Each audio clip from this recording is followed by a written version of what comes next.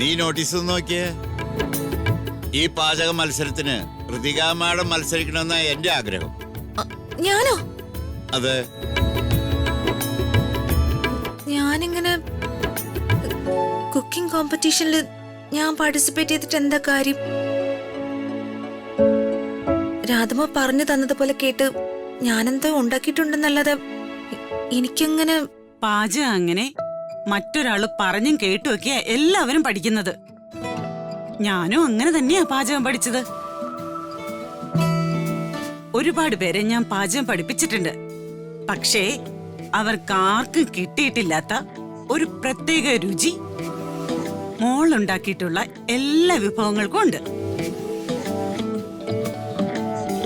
മോളുണ്ടാക്കിയ കറികൾ കഴിച്ചിട്ട് വർമ്മ സാറെന്ന് പറഞ്ഞില്ലേ, പണ്ടെപ്പോഴോ കഴിച്ചിട്ടുള്ള രുചിയുള്ള ഭക്ഷണത്തിന്റെ ഓർമ്മ വന്നൂന്ന്. അതാണ് മോളുടെ കൈപുണ്യം. അത് ചിലപ്പോ പാരമ്പര്യാവാം, ചിലപ്പോ ദൈവത്തിന്റെ അനുഗ്രഹമാവാം. അതെ,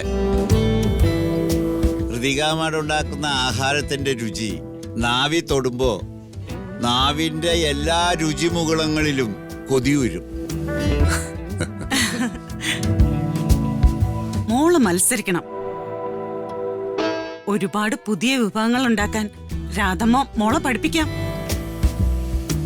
ചിലതൊക്കെ മോളെ കൊണ്ട് തന്നെ നേടാൻ ദൈവമായിട്ട് തന്ന ഒരു അവസരാന്നാ എനിക്ക് തോന്നുന്നത്. സാധിക്കും മാഡം. മാഡം ഒന്ന് ഉഷാറായേ. ഇനി എന്താ ഋതിക ഇത്രയ്ക്ക് ആലോചിക്കാൻ? ഞാൻ മത്സരിക്കാം രാധമ്മേ. ദൈവമേ, 25 ലക്ഷം വരാൻ പോകുന്നേ. ഞാൻ ജേട്ടനെ വിളിക്കട്ടെ. രാജു, ഈ സാധനങ്ങളും നമ്മുടെ അടുക്കളയിൽ ഇരിക്കുന്ന സാധനങ്ങളും മതിയാവില്ലടാ. നീ വേഗം മാർക്കറ്റിലേക്ക് പോ. ലിസ്റ്റ് പ്രിയ അയക്കും. അതിനെന്തിനാ രാജു പോകുന്നേ? ഞാൻ ജേട്ടനെ വിളിച്ചു പറയാം. ജേട്ട സാധനങ്ങളെല്ലാം മേടിച്ചോണ്ട് വന്നോളും. എന്നാ നിങ്ങൾ വാ പിള്ളേരെ, സാധനങ്ങൾ വാങ്ങാനുള്ള ലിസ്റ്റേ നമുക്ക് തന്നെ ഉണ്ടാക്കാം. ശരി അമ്മ, ഒരു ചായ. രാജു.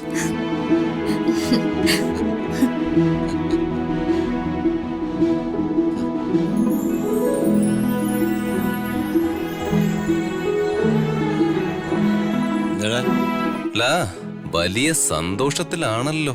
പിന്നെ നല്ലൊരു കാര്യം നടക്കാൻ പോകുമ്പോ സന്തോഷിക്കാൻ പാടില്ലേ? നീ എന്തിനാ എന്നെ നോക്കണേ?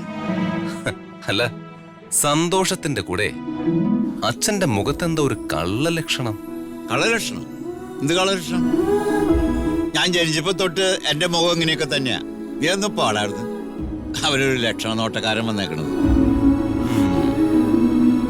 പോടായിരുന്നു. അങ്ങനെ പത്മാവതി മാഡം വിചാരിച്ച പോലെ തന്നെ ആദ്യത്തെ കടമ്പ കഴിഞ്ഞു കിട്ടി. ഇനി അങ്ങോട്ടും മുന്നോട്ടും കൂടെ ഉണ്ടാവണേ എന്റെ ഗുരുവായൂരപ്പ.